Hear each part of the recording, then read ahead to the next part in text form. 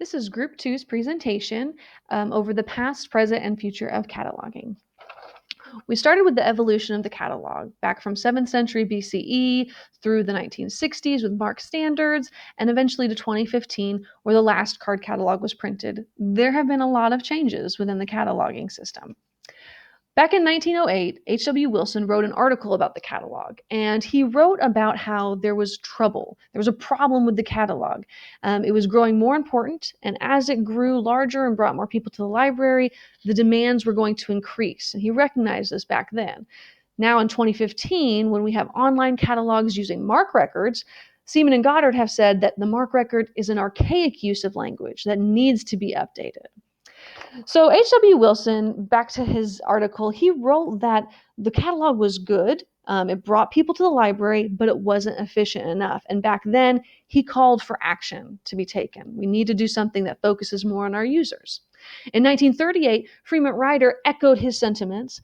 He talked about how the card catalog was inflexible. It was extremely costly, and it took up way too much space. He predicted that it would outgrow the space of the books, which would be a major problem. So in cataloging today, we read about how the technology advances mean the LOC has to address the evolution of bibliographic control. RDA replacing, or being implemented, it just wasn't enough. It raises additional issues. So the LOC has recognized 3 points and other institutions need to investigate when moving forward. So they've recognized that there needs to be analyzing, identification, and implementation. All of these have been constant issues that they need to take a look at. So 7 issues they identified, some of which are things like, what are the future encoding standards? What are we going to do to replace MARC 21? How can we better display data to make it more understandable? How we combine what we already have with new technology? There's 7 major issues here that they're taking looks at. So some of the reactions to that article, library and technical sources, they felt that moving from MARC may be too challenging.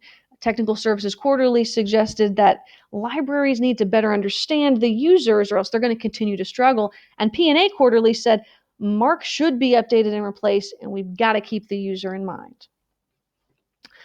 Creating the catalog before and after FRBR, the overview of this article.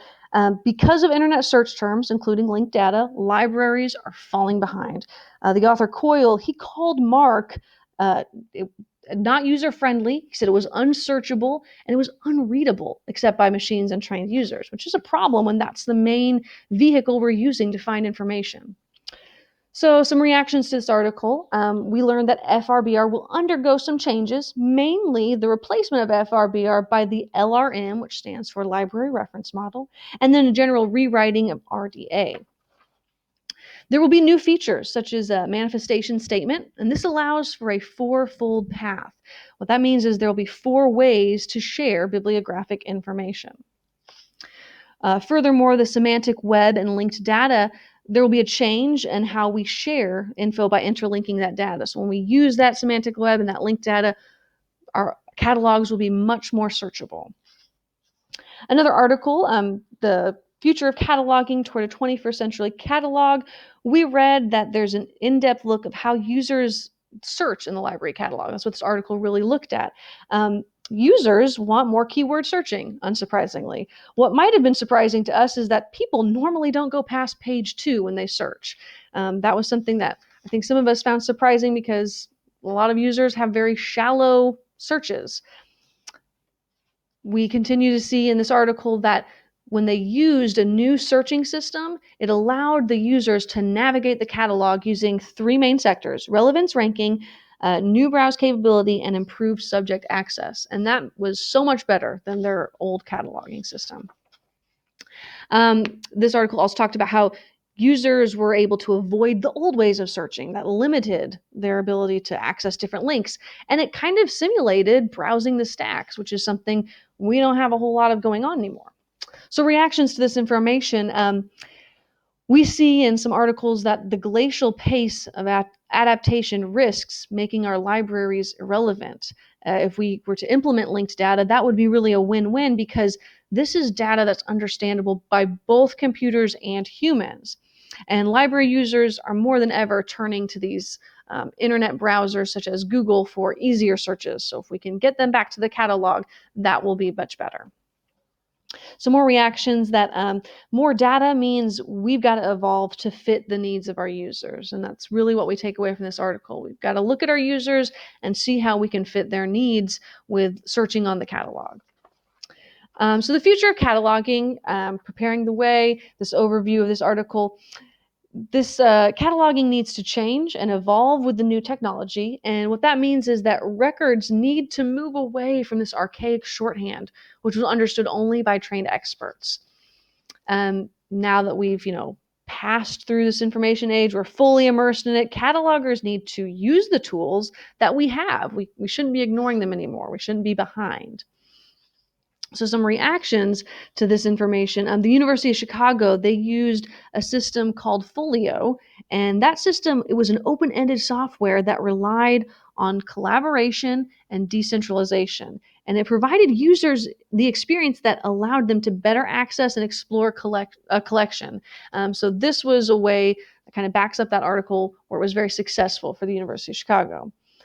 The idea of linked data is to make records more accessible for online users. That's the idea. And so using that technology, we can have our users gather information without having to understand MARC fields. They also don't have to deal with the extra information clogging up their searches.